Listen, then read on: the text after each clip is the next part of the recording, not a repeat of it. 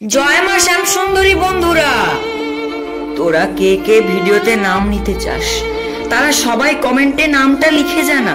আজকে আমি যে ছবিটি আঁকছি সেই ছবিটি সকলের ইমোশন বলতে পারিস। কি বুঝে গেছিস তো আমি কার ছবি আঁকছি? আসলে পুজো আসছে এই ব্যাপারটা না অনেকটা ভালো। একবার চলে এলে হুট করে কোথা থেকে দিনগুলো চলে যায় বোঝাই যায় না। মা আসার আগে আমরা আনন্দ নিয়ে যতটা অপেক্ষা করি, মা চলে যাওয়ার সময় ততটাই বিষাদে আমাদের সকলের মন ভরে ওঠে।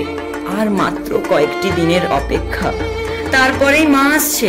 মায়ের ওই মুখটি দেখে মনের মধ্যে থাকা দুঃখ, কষ্ট, বেদনা সবকিছুই নিমেষে দূরীভূত হয়ে যায়। আজকে মায়ের এই ছবিটি আমি ফেব্রিক কালার এবং অভ্রের দ্বারা সম্পূর্ণ করলাম। ধন্যবাদ তোমাদের সকলকে এই ভিডিওটি সম্পূর্ণভাবে দেখার জন্য।